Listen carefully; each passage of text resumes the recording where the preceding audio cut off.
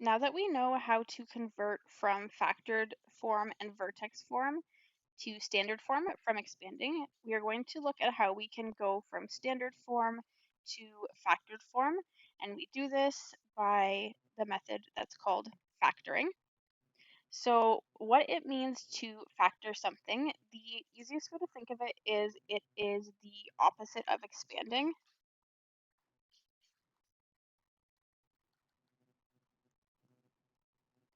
Okay, so when we were expanding from factored form to standard form, we were multiplying using the distributive property. It was initially making everything a bit bigger, and then we could simplify to get to our standard form. So factored form is going to be, if you think of it, kind of doing the opposite. So you start in your standard form and you follow a method to get you back into factored form. Okay, so an example of that would maybe look like if you had x multiplied by 2x minus 3. Let's say this is not necessarily a specific form of a quadratic, but if you had this, if you wanted to expand, you would multiply x by 2x to get 2x squared, and you would also multiply x by negative 3 to get negative 3x. Okay, so this is expanding. So we're multiplying. So to factor, we are going to be dividing all of the terms. So if I look at the same equation there, I'm going to take the ending step here. So the 2x squared minus 3x. And to factor it, what would really be happening is I would be dividing the first term by x and dividing my second term by x. And then I would have x multiplied by 2x minus 3. Okay, so that is factoring. It's going backwards. And like I said, it's involving division, whereas expanding is using multiplication. Okay, so common factoring works by dividing every single term in an expression, so all of your terms,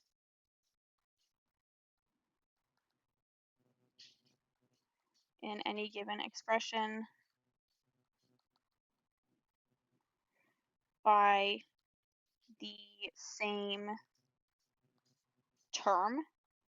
Okay, and I say term because it could be just a number, could be a variable like x, or it could be a number and a variable. I'm just gonna write there, short form to fit that there. Okay, so it kind of just depends on the expression. So let's say I had an example like this where I had maybe 8x to the 3 minus 2x squared plus 12x. If I were to look at all three of these terms, I have numbers and I have x's involved here, so I can look and see, okay, between those numbers, what is the biggest number they can all be divided by? They're all even numbers, so I can divide them all by 2.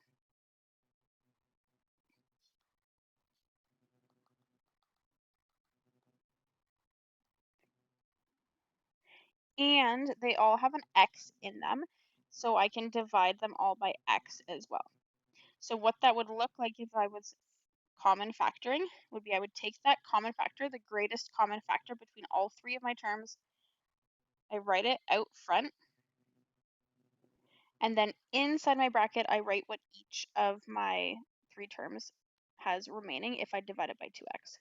So 8x to the 3, I'm going to show this over here, if I did 8x to the 3 divided by 2x, you think of you're doing 8 divided by 2 first, gives you 4, and then x3 divided by x, when we are dividing powers with the same base, if you recall from grade 9, you subtract the exponents, so we would do x to the 3 subtract 1, so that would give us x squared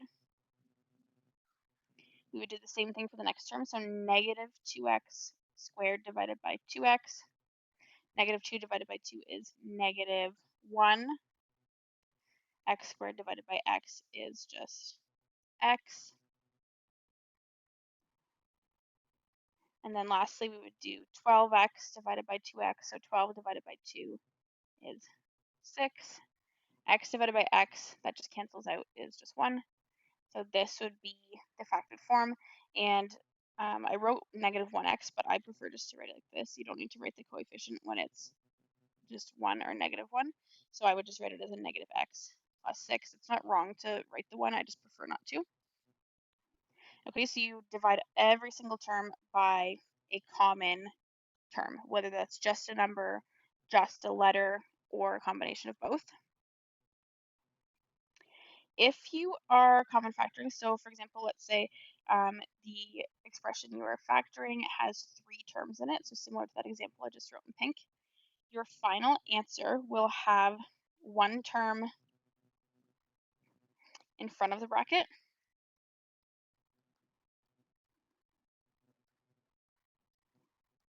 and 3 terms inside the bracket. Okay, so if the expression that you're factoring has 5 terms, there would be 1 term in front of the bracket and 5 terms inside of the bracket. Okay, so just the number of terms that you start with will be the same number of terms that you end with inside the bracket. And when I say term, I don't mean just like one digit or letter. Okay, so in my example here, you'll see I have a 2 and an x. 2x is 1 term. They're attached with multiplication. So that's what I mean. There's that 1 term out in front. And then inside I have 1, 2, 3 terms. So the same number that I started with. Okay, so if I look at 2 examples here, the first one I want to factor is 4x squared minus 12x. So I'm going to just show off to the side kind of what my thinking process is. So I'm looking at, I've got numbers and I have x's. And I'm looking to see what's the greatest common factor in each of those categories. So if I'm looking at numbers, I've got 4 and I've got negative 12. So the greatest common factor, the biggest number I can divide both of those by is 4. Okay, so I'm going to divide this term by 4 and this term by 4. And if I'm looking at my x terms, I can only divide by, like, the biggest common factor for the variable is whatever the one with the smallest exponent is. Okay, so what I mean by that is I've got an x squared and I've got an x, just an x, which is technically x to the 1. So you have to pick the one that you pick to divide by is whatever one has the lowest exponent. So in this case, it's x to the 1. Okay, you can't divide by anything bigger than that because you can't do x to the 1 divided by like x to the 2, let's say, because then that would not be simplifying or factoring it. It would just give us a negative exponent. Okay, so I'm going to divide by 4 for both terms and by x for both terms. Okay, so what that means is my term that's going to go in front of the bracket is 4x. Okay, so 1 term in front, and then I'm going to have a bracket, and I know there's going to be 2 terms inside the bracket. So you don't have to show this, you can do this in your head, and as you practice, it'll be a lot easier to go through and do this quicker, but I'm just going to show again my thinking process here. So I'm going to first do 4x squared, and I'm dividing it by 4x. Okay, so I think of it best like this. So like stacking it like a fraction. So 4 divided by 4, that's just going to cancel out and give me 1. X squared divided by x1 gives me x to the 2 subtract 1, right? That's what we know to be true using exponent laws that you learned in grade 9. So you're just left with x to the 1, which is really just x. Okay, so my first term here is going to be x. Then I'm going to do the same thing. I'm going to look and see what happens when I do negative 12x divided by 4x. Okay, so I have x and x on the top and the bottom, so those are going to cancel out. And I'm just left with whatever negative 12 divided by 4 is, which gives me negative 3. Okay, so what's left as my second term in the bracket will be negative 3. Okay, so I'm just going to write this a little bit nicer here. So this would look like 4x multiplied by x minus 3. Okay, so that is what my fully factored form of this looks like. Again, these are examples I'm giving you aren't necessarily quadratics. We'll look at those in the next video, but we are common factoring. Okay, so taking out whatever number and letter are common between all terms. And now this is fully simplified. And a quick little check you can do is look inside your bracket. So in this case, I only have 2 terms left and see, is there anything else that's in common here? Because if there is, then you can divide again and bring that out front. It means that when you divided initially, you didn't choose the greatest common factor. Okay, so here I've got x, that's just a variable, and I have -3, that's just a number. So there's nothing in common between those two. Okay, let's say maybe I initially here, instead of dividing by 4x, maybe I just divided by 2x. Then you would still have a 2x here, and this would be a -6. So if you looked at that, there'd be a number with both terms, and they would both be divisible by 2, so we could bring that out again.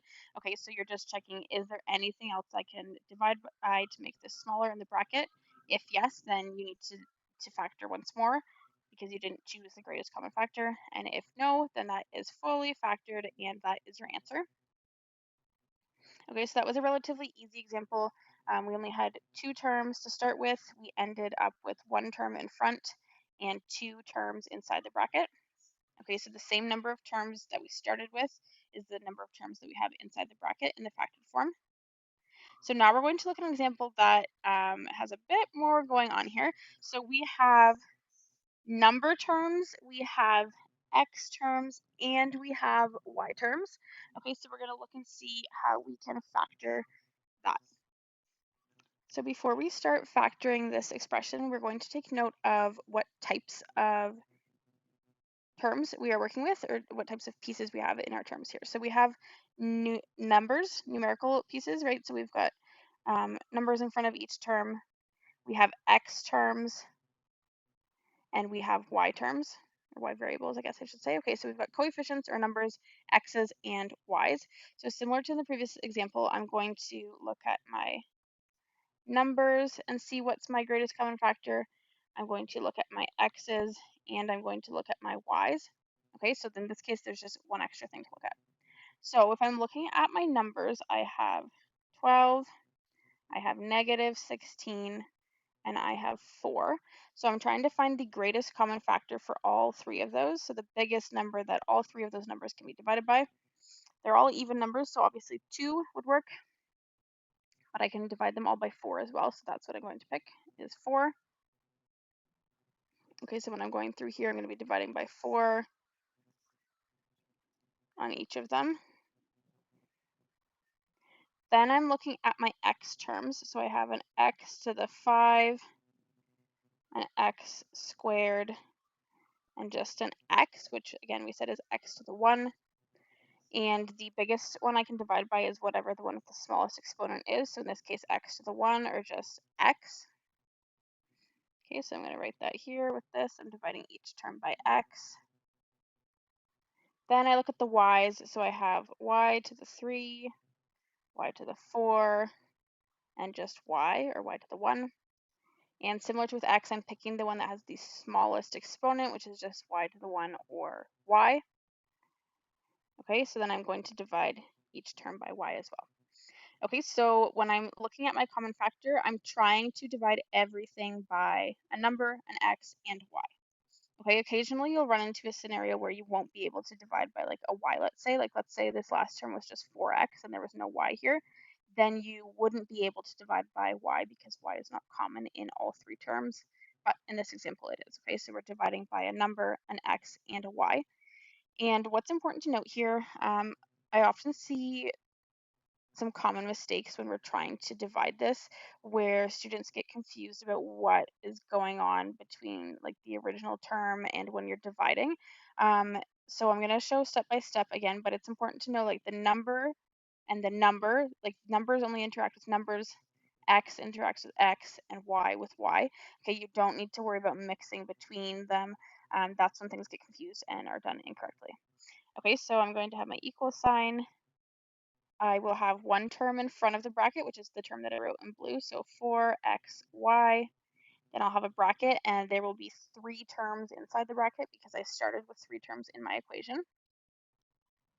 Okay, so again, I'm going to just show my work off to the side here, but you don't need to do this when you're actually working independently. So I'm going to do 12x 5y3, and I am dividing that by 4xy.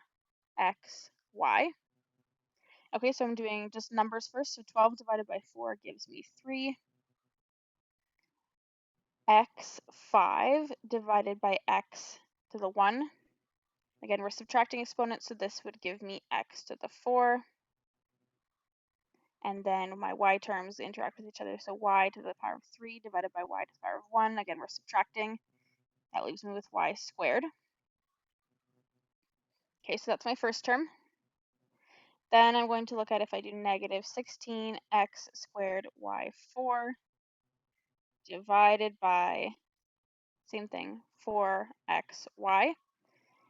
Okay, so again, first I'm looking at numbers with numbers. So negative 16 divided by positive 4 gives me negative 4.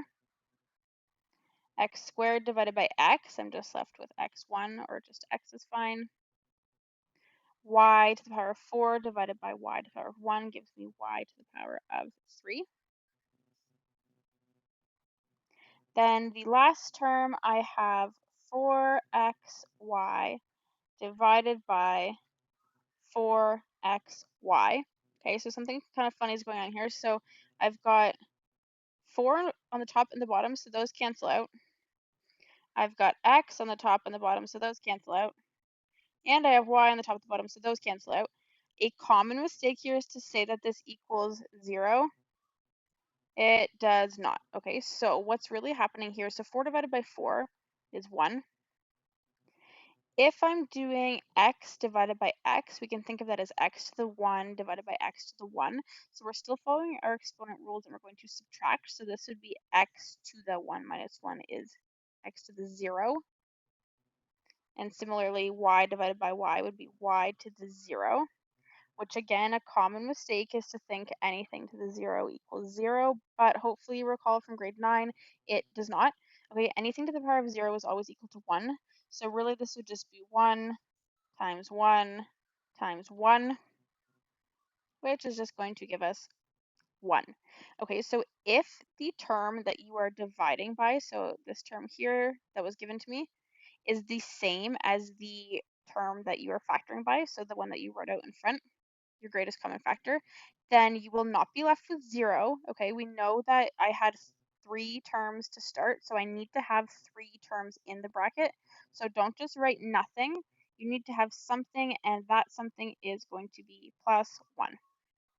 Okay, so again, that's a really common mistake, is just thinking, okay, I'm dividing 4xy by 4xy, so it's just gone. That's kind of maybe what seems like it's happening, or maybe what you were told when you're looking at dividing a fraction by a fraction like this, because you cross everything out. But what's left is not 0, it is 1. Okay, so when we are common factoring, we are looking for the greatest common factor between all of the terms in an expression, whether that's 2 terms, 3 terms, 10 terms, whatever it might be. And then we divide all of the terms by the greatest common factor, which typically will involve a number and at least one letter. And we should be left with 1 term in front of the bracket and the same number of terms inside the bracket as we had number of terms to begin with. And that's what we call common factoring.